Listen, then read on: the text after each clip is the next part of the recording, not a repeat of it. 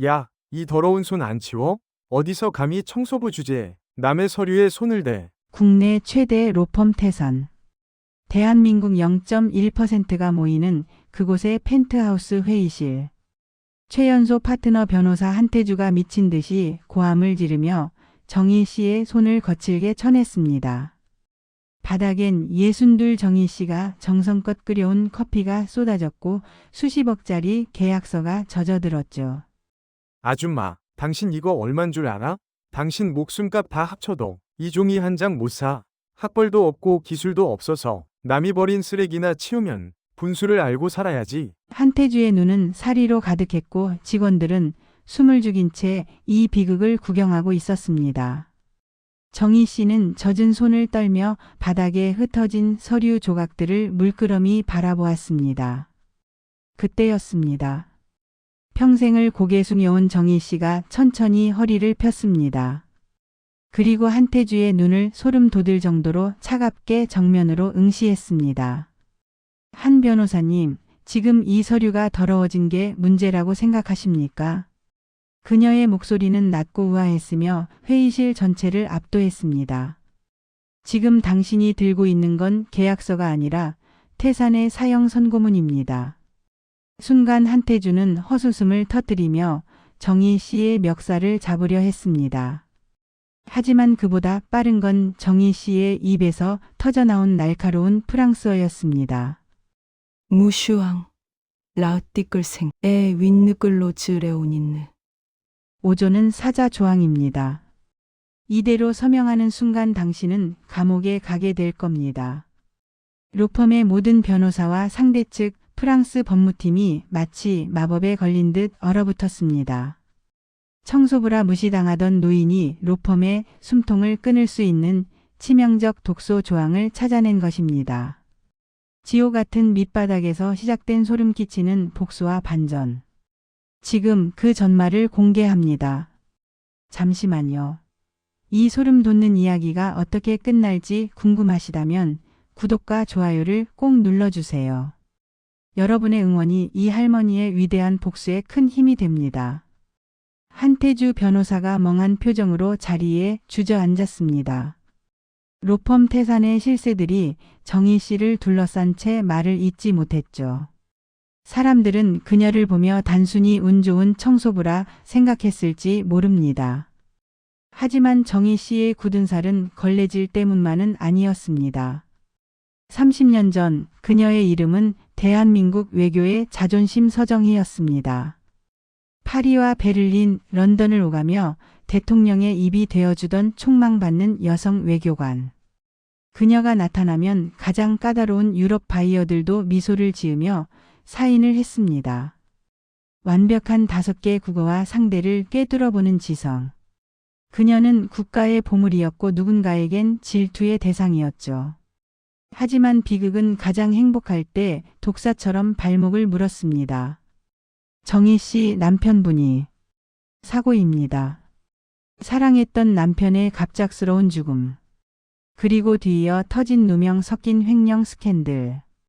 믿었던 선배 외교관이 자신의 비리를 덮기 위해 정희 씨를 희생양으로 삼은 겁니다. 국가의 별이었던 그녀는 하루아침에 매국노가 되어 길거리로 내몰렸습니다. 엄마 배고파. 집에 언제 가? 4살배기 아들의 손을 잡고 서울역 대합실을 전전하며 그녀는 피눈물을 삼켰습니다. 화려했던 외교관 신분증은 쓰레기통에 처박혔고 그녀는 아들을 지키기 위해 자신의 이름과 얼굴을 지워야만 했습니다. 그렇게 시작된 청소부의 삶. 밤마다 화장실 변기를 닦으며 그녀는 스스로에게 속삭였죠. 서정혜, 너는 죽었다. 이제는 이름도 없는 그저 유령으로 살아라. 하지만 청소를 하면서도 그녀는 버려진 팥의 종이들을 하나씩 이어 붙였습니다. 세상이 돌아가는 소식. 정치권의 은밀한 음모. 로펌의 추악한 거래들. 그녀는 쓰레기 속에서 세상의 민낯을 읽고 있었습니다. 비록 몸은 시궁창에 있어도 그녀의 머릿속은 여전히 전략을 짜는 외교관이었습니다. 그러던 어느 날 그녀의 아들이 억울한 누명을 쓰고 경찰서에 끌려갔다는 소식이 들립니다. 그 누명을 씌운 배우가 바로 이곳 태산의 변호사들이라는 사실을 정희 씨는 본능적으로 직감했습니다. 그녀가 30년 만에 빗자루를 던지고 날카로운 칼을 뽑아든 이유. 그것은 단순한 모욕 때문이 아니라 자식을 지키려는 엄마의 처절한 반격이었던 것입니다. 정희 씨가 태산에서 빗자루를 잡은 지 5년. 그녀가 모욕을 견디며 그곳에 머물렀던 건 단순히 돈 때문이 아니었습니다. 어느 날 하나뿐인 아들이 뺑소니 사고의 가해자로 몰려 구속 위기에 처했습니다. 상대방은 권력자의 자제였고 그들의 뒤를 봐주는 곳이 바로 이곳 태산이었죠. 한태주 변호사는 정희 씨의 아들에게 모든 죄를 뒤집어 씌우려 했습니다. 아줌마 아들 살리고 싶으면 조용히 합의서에 도장 찍어. 청소부 아들이 감옥 좀 가는 게 뭐 그리 대수라고 그래? 정희 씨는 쓰레기통 옆에서 한태주의 그 말을 들으며 전신에 소름이 돋았습니다. 아들을 범죄자로 만들고 자신을 벌레처럼 취급하는 그들. 정희 씨는 더 이상 유령으로 살지 않기로 했습니다. 그녀는 밤마다 비서실 파쇄기 옆에서 버려진 조각들을 모았습니다. 태산이 숨기려 했던 불법 비자금 내역과 사건 조작의 증거들. 그 조각들이 정희 씨의 손에서 거대한 복수의 지도가 되었습니다. 그리고 드디어 기회가 왔습니다. 프랑스 최대 기업 루이와의 1,000억 원대 합병 미팅. 한태주는 출세에 눈이 멀어 상대 측이 놓은 덫을 전혀 알아채지 못했습니다.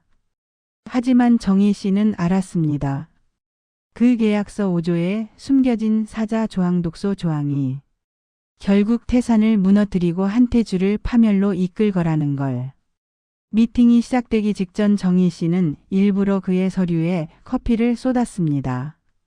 그가 분노하며 폭언을 퍼부을 때 정희 씨는 전 직원이 보는 앞에서 그의 무능함을 폭로한 것이죠. 무슈앙, 당신은 지금 사기꾼에게 도장을 찍어주려 합니다. 프랑스 회장의 눈동자가 심하게 흔들렸습니다. 청소부의 입에서 어떻게 우리 팀만 아는 기밀 용어가 나오지? 한태주는 정희 씨의 멱살을 잡고 미친 듯이 소리쳤습니다. 이 미친 할망구가 진짜. 경찰 불러. 당장 체포해. 하지만 정희 씨는 눈 하나 깜짝하지 않고 한태주의 손을 뿌리쳤습니다. 그리고 태산의 대표 변호사 백승용을 향해 일갈했습니다. 백 대표, 당신이 키운 변호사가 회사를 어떻게 팔아넘기는지 똑똑히 지켜보시겠습니까? 회의실은 공포에 가까운 침묵 속으로 빠져들었습니다. 청소부 아줌마의 눈빛은 이미 수십 명의 변호사를 단칼에 베어버린 검객과 같았습니다. 뭐? 사자 조항. 청소부 주제에 어디서 주어들은 말로 사기를 쳐. 한태주 변호사는 정희 씨를 밀치려 했지만 백승용 대표가 그를 막았습니다. 백 대표의 눈은 정희 씨가 가리킨 계약서 5조에 고정됐죠. 한 변호사 멈춰. 이분 말이 맞아. 이건 독소 조항이야. 회의실 안의 모든 변호사가 허겁지겁 법전을 뒤적이며 서류를 대조하기 시작했습니다. 정희 씨는 비웃음 섞인 차가운 목소리로 그들 앞에 섰습니다. 프랑스 민법 제1143조. 경제적 궁박을 이용한 계약은 언제든 무효화될 수 있죠. 하지만 당신들이 서명하려던 이 조항의 숨은 의도는 태산의 자산 전체를 담보로 잡는 것. 정희 씨의 입에서 터져나오는 정교한 법률 지식 앞에 엘리트 변호사들은 얼어붙었습니다. 그들은 평생 공부해서 얻은 지식을 휘둘렀지만 정희 씨는 생존을 위해 쓰레기통의 파편들을 머릿속에서 재조합하며 이 순간을 준비해 왔습니다. 프랑스 기업 루이의 회장이 박수를 치며 일어났습니다. 놀랍군요. 대한민국 로펌엔 청소부도 국제법 박사입니까? 한 변호사, 당신은 우리를 속이려 했거나 아니면 완전히 무능하거나 둘 중 하나군. 루이 회장은 계약서를 그 자리에서 찢어버렸습니다. 한태주의 얼굴은 순식간에 흑빛으로 변했습니다. 아니, 회장님. 오해입니다. 저 여자가 저를 함정에 빠뜨린 겁니다. 그는 미친 듯이 정희 씨의 목덜미를 잡으려 달려들었습니다. 하지만 정희 씨는 피하지 않고 그의 귓가에 조용히 속삭였습니다. 한 변호사, 내 아들 뺑소니로 몰았던 합의서. 그거 조작한 증거 지금 검찰청에 도착했을 거야. 한태주의 눈동자가 공포로 인해 미친 듯이 흔들렸습니다. 정희 씨가 5년 동안 태산의 쓰레기를 치우며 찾아낸 것은 먼지뿐만이 아니었습니다. 그녀는 한태주가 술에 취해 버린 영수증, 사건 조작을 지시한 메모지 조각까지 모두 수집해 거대한 그물을 완성했던 것이죠. 백 대표가 부들부들 떨며 정희 씨 앞에 무릎을 꿇었습니다. 서정의 외교관님, 당신 죽었다고 들었는데 어떻게 이런 곳에? 백 대표는 과거 30년 전 정희 씨에게 누명을 씌웠던 공범 중 하나였습니다. 정희 씨는 그를 내려다보며 서늘하게 웃었습니다. 백 대표, 당신들이 버린 그 쓰레기 속에서 내가 다시 태어났거든. 백승용 대표의 입술이 파르르 떨리고 있었습니다. 대한민국 법조계의 거물이 청소부의 발치에 엎드린 모습에 회의실은 충격에 휩싸였죠. 서정희, 당신이 살아있었다니. 그때 분명히 완전히 매장당했다고 들었는데. 정희 씨는 비웃으며 품속에서 낡은 수첩 하나를 꺼내 들었습니다. 그것은 30년 전 그녀가 누명을 쓰고 쫓겨날 때 마지막으로 챙긴 증거였습니다. 백 대표, 당신이 내 선배와 짜구국가 기밀을 팔아넘긴 뒤 나한테 덮어씌운 그날. 당신은 승승장구하며 이 거대한 로펌을 세웠지. 하지만 당신들이 버린 쓰레기는 거짓말을 하지 않더군. 정희 씨는 지난 5년간 태산의 기밀 파쇄실에서 복원해낸 문건들을 던졌습니다. 그 안에는 30년 전의 진실뿐 아니라 현재 태산이 저지르고 있는 추악한 뒷거래들이 가득했습니다. 이게 다 뭐야? 직원들이 웅성거리며 바닥에 떨어진 서류를 집어들었죠. 유력 정치인의 성접대 은폐, 재벌가 자제의 마약 사건 조작. 그 중심엔 늘 한태주 변호사와 백승용 대표가 있었습니다.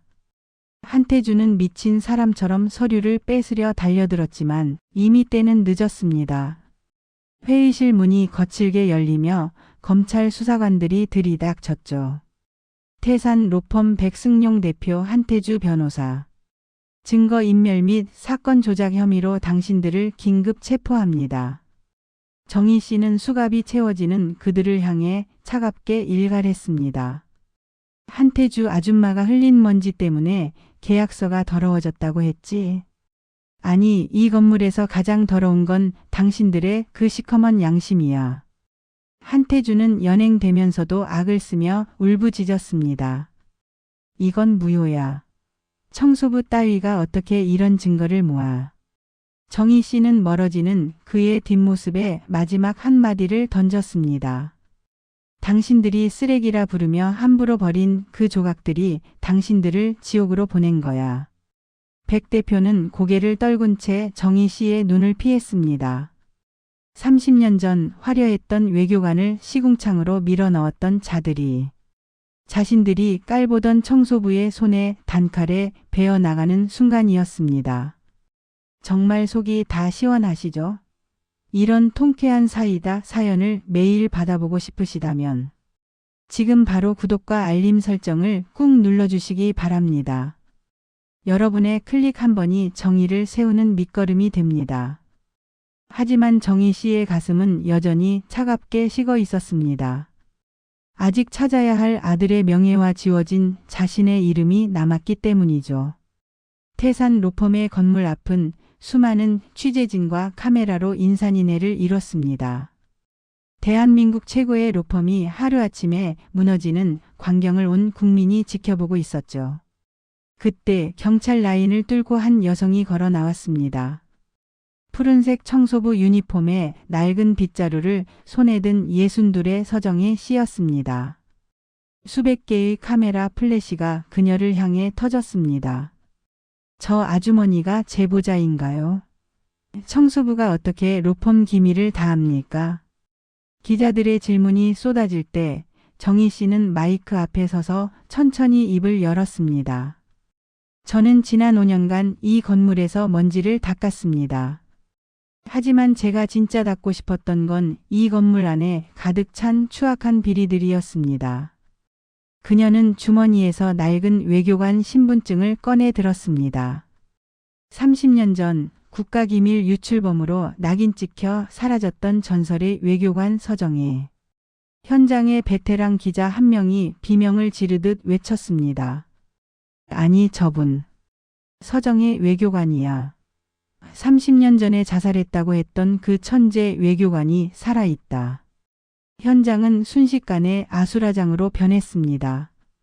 죽은 줄 알았던 국가의 보물이 청소부의 모습으로 돌아와 법조계의 거물을 처단한 것이죠. 정희 씨는 떨리는 목소리로 카메라를 향해 말했습니다. 백승용 대표와 태사는 제 아들에게 죄를 씌웠고 30년 전에는 저에게 국가를 팔았다는 누명을 씌워 제 인생을 도둑질했습니다. 저는 오늘 그들이 버린 쓰레기 속에서 건져 올린 진실을 국민 앞에 바칩니다. 그녀가 공개한 USB 안에는 태산 로펌이 정치권과 결탁해 국가 사업권을 따낸 증거가 언어별로 완벽하게 정리되어 담겨 있었습니다. 청소부의 빗자루가 권력자들의 화려한 가면을 완전히 벗겨버린 순간이었습니다. 뉴스를 지켜보던 국민들은 청소부 여왕의 귀환에 전율하며 환호했습니다. 하지만 정희 씨는 화려한 조명을 뒤로하고 조용히 현장을 떠났습니다. 그녀가 향한 곳은 차가운 구치소 면회실. 누명을 쓰고 갇혀있는 자신의 아들을 만나기 위해서였죠. 차가운 철창 너머로 수척해진 아들의 모습이 보였습니다. 정희 씨의 아들 민수는 엄마의 청소부 복장을 보며 고개를 떨궜습니다.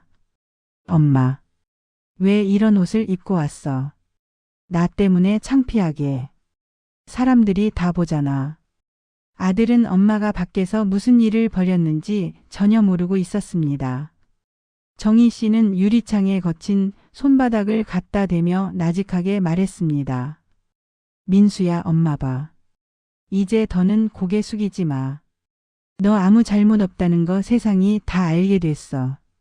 민수는 믿을 수 없다는 듯 엄마를 바라보았습니다. 그게 무슨 소리야? 그 변호사들이 그랬잖아. 나 같은 놈은 평생 못 나온다고. 정희 씨의 눈에서 뜨거운 눈물이 왈칵 쏟아졌습니다. 그 사람들 이제 못 돌아와. 엄마가 다 끝냈어. 내 엄마는 그냥 청소부가 아니라 서정이라는 이름을 가진 외교관이었단다. 민수는 멍하니 엄마를 보았습니다. 어린 시절부터 늘 먼지 냄새가 나던 엄마. 친구들에게 들키기 싫어 멀리 돌아가게 했던 그 초라한 엄마가 대한민국을 뒤흔든 전설의 인물이었다는 사실에 민수는 오열하기 시작했습니다. 미안해 엄마. 그것도 모르고. 엄마가 창피하다고 했던 거 내가 다 미안해. 정희 씨는 유리창 너머로 아들의 얼굴을 어루만지듯 손을 움직였습니다. 아니야 민수야. 엄마가 너를 지키려고 너무 오래 숨어 있었어. 너를 범죄자로 만들려던 그 괴물들 엄마가 빗자루로 다 쓸어버렸단다. 면회실 밖에서는 수십 명의 기자가 정희 씨를 기다리고 있었습니다. 하지만 그녀는 아들의 손을 끝까지 놓지 않았습니다. 민수야, 내일이면 너 여기서 나갈 거야. 엄마랑 같이 맛있는 밥 먹고 당당하게 걷자. 우리는 쓰레기가 아니라 가장 빛나는 보석이니까. 철창 안에 아들과 청소복을 입은 엄마. 그들의 눈물 젖은 재회는 지켜보던 교도관들조차 눈시울을 붉게 만들었습니다. 정희 씨는 면회실을 나오며 자신의 청소복 단추를 하나하나 채웠습니다. 이제 복수는 끝났고 세상을 향한 마지막 선전포고가 기다리고 있었습니다. 정희 씨가 향한 곳은 검찰청 취조실이었습니다. 그곳에는 수갑을 찬 채 벌벌 떨고 있는 한 노인이 있었죠. 그는 바로 30년 전 정희 씨의 직속 상관이자 누명을 씌웠던 박종태 전 대사. 그는 태산 로펌의 뒤를 봐주며 호의호식해온 진짜 흑막이었습니다. 서정희? 내가 어떻게? 박종태의 눈은 공포로 가득 차 있었습니다. 정희 씨는 그의 앞에 앉아 차갑게 식은 커피를 그의 얼굴에 뿌려버렸습니다. 박 선배 30년 만이네요. 내가 죽은 줄 알고 잠은 편히 주무셨나요? 박종태는 소리를 지르며 발악하기 시작했습니다. 내가 증거도 없이 이러면 무사할 줄 알아? 난 여전히 힘이 있다고. 정희 씨는 비웃으며 그가 태산에 맡겨두었던 비밀 금고 리스트를 던졌습니다. 이게 당신이 버린 쓰레기 속에서 내가 5년 동안 모은 거야. 당신이 팔아치운 국가 기밀 해외 계좌로 빼돌린 뇌물 내역. 전부 프랑스어로 독일어로 내 손으로 직접 번역해서 검찰에 넘겼어. 박종태의 얼굴이 순식간에 잿빛으로 변했습니다. 어떻게? 청소부 주제에 그 금고 번호를 알아낸 거지? 정희 씨는 그를 똑바로 보며 조용히 속삭였습니다. 당신들이 내 존재를 잊고 내 앞에서 비밀을 속삭일 때 나는 당신들의 구두를 닦으며 그 모든 숫자를 외웠어. 당신들에겐 내가 보이지 않는 먼지였겠지만 나에겐 당신들이 치워야 할 더러운 오물이었거든. 박종태는 결국 자리에 주저앉아 실성한 듯 웃기 시작했습니다. 자신이 가장 낮게 여겼던 청소부의 귀에 자신의 목숨줄을 맡긴 꼴이었죠. 서정희, 내가 이겼어. 날 죽여라, 차라리 죽여. 정희 씨는 자리에서 일어나 온 매무새를 정리했습니다. 죽이긴 왜 죽여요? 당신이 가르쳐준 그 지옥에서 평생 썩어가며 사죄하세요. 정희 씨가 취조실을 나오자 기다리고 있던 수십 명의 후배들이 그녀를 향해 경례를 건넸습니다. 30년 만에 되찾은 명예. 그녀의 어깨 위로 눈부신 햇살이 쏟아졌습니다. 대한민국 외교부 청사 앞. 수십 개의 태극기가 펄럭이고 의장대가 길을 열었습니다. 30년 전 매국노로 몰려 이곳에서 쫓겨났던 여인이 다시 그 계단을 오릅니다. 그녀의 손엔 빗자루 대신 국가가 수여하는 최고 등급의 훈장이 들려 있었습니다. 서정희 외교관님, 국가를 대신해 사죄드립니다. 장관이 고개를 숙이자 지켜보던 수백 명의 후배들이 일제히 기립박수를 보냈습니다. 정희 씨는 청소부 복장을 벗고 단정한 남색 정장을 입은 채 단상에 섰습니다. 그녀의 모습은 62의 노인이 아닌 다시 현역으로 복귀한 기품 있는 여왕의 모습이었죠. 저는 30년 동안 이름 없는 유령으로 살았습니다. 바닥을 쓸고 변기를 닦으며 억울함에 밤잠을 설쳤습니다. 하지만 저는 믿었습니다. 진실은 결코 먼지 속에 파묻히지 않는다는 것을요. 그녀의 연설이 생중계되자 전 국민의 눈시울이 붉어졌습니다. 특히 로펌 태산에서 그녀를 무시했던 젊은 직원들은 TV를 보며 자신의 손등을 꼬집었습니다. 우리가 저런 분에게 걸레를 던지고 욕을 했다니. 정희 씨는 연설 마지막에 주머니에서 낡은 쪽지 하나를 꺼내 들었습니다. 그것은 청소부 시절 동료였던 미숙 씨가 준 사탕 봉지였습니다. 제가 이 자리에 올 수 있었던 건 엘리트들의 법전이 아니라 가장 낮은 곳에서 땀 흘리는 우리 이웃들의 따뜻한 손길 덕분입니다. 이제 저는 외교관이 아닌 낮은 곳의 목소리를 대변하는 사람으로 살아가려 합니다. 그녀는 장관이 제안한 대사직 복귀를 정중히 거절했습니다. 대신 그녀가 선택한 길은 누구도 예상치 못한 충격적인 행보였습니다. 저는 오늘부로 서정희 재단을 설립해 권력에 짓밟힌 약자들을 위한 방패가 되겠습니다. 그녀의 선언에 대한민국 전체가 다시 한번 전율하며 환호했습니다. 빗자루를 들었던 여왕이 이제는 법과 진실의 칼을 들고 진짜 복수를 시작하려는 것이죠. 1년 뒤 대한민국에서 가장 바쁜 건물이 있습니다. 빌딩 숲 한복판에 자리 잡은 작은 간판의 서정희 재단. 이곳엔 화려한 변호사 대신 낡은 옷을 입은 평범한 사람들이 줄을 서서 기다립니다. 고모님, 이번에도 승소했습니다. 번듯하게 정장을 차려입은 한 청년이 환하게 웃으며 들어옵니다. 바로 누명을 벗고 변호사가 된 정희 씨의 아들 민수 씨입니다.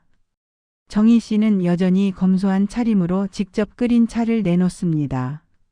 민수야, 이긴 게 중요한 게 아니야. 그분들의 억울함을 누가 들어줬는지가 중요하지. 태산 로펌은 공중분해되었고 한태주와 백승용은 교도소에서 비참한 말년을 보내고 있습니다. 그들은 이제 정희 씨가 닦던 그 차가운 바닥을 직접 닦으며 살고 있죠. 정희 씨는 매일 아침 재단 마당에 낙엽을 씁니다. 고모님, 그런 건 저희가 할게요. 직원들이 달려 나오면 그녀는 인자하게 웃으며 대답합니다. 바닥을 쓸어봐야 세상의 먼지가 어디에 쌓이는지 보이는 법이란다. 영상을 시청하고 계신 여러분께 묻고 싶습니다. 지금 혹시 세상이 나를 청소부처럼 무시하고 있나요? 가장 낮은 곳에서 희망이 없다고 느끼시나요? 기억하십시오. 진짜 보석은 진흙 속에 처박혀도 그 본연의 광채를 잃지 않습니다. 당신이 묵묵히 견디며 닦고 있는 그 시간들은 결코 헛되지 않습니다. 정희 씨가 빗자루 끝에서 기적을 만들어냈듯이 여러분의 삶 또한 가장 빛나는 순간을 향해 달려가고 있을 뿐입니다. 포기하지 마십시오. 진실은 언젠가 반드시 당신의 편을 들어줄 것입니다. 오늘 이 빗자루 든 여왕의 이야기가 당신의 지친 마음을 깨끗하게 닦아주었기를 바랍니다. 지금까지 30년의 세월을 이겨낸 어느 청소부의 위대한 반전 드라마였습니다.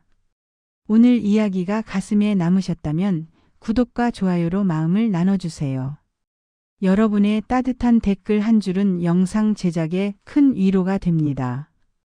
알림 설정까지 해두시면 다음번 더 놀라운 반전 실화를 가장 먼저 만나보실 수 있습니다. 시청해주셔서 감사합니다.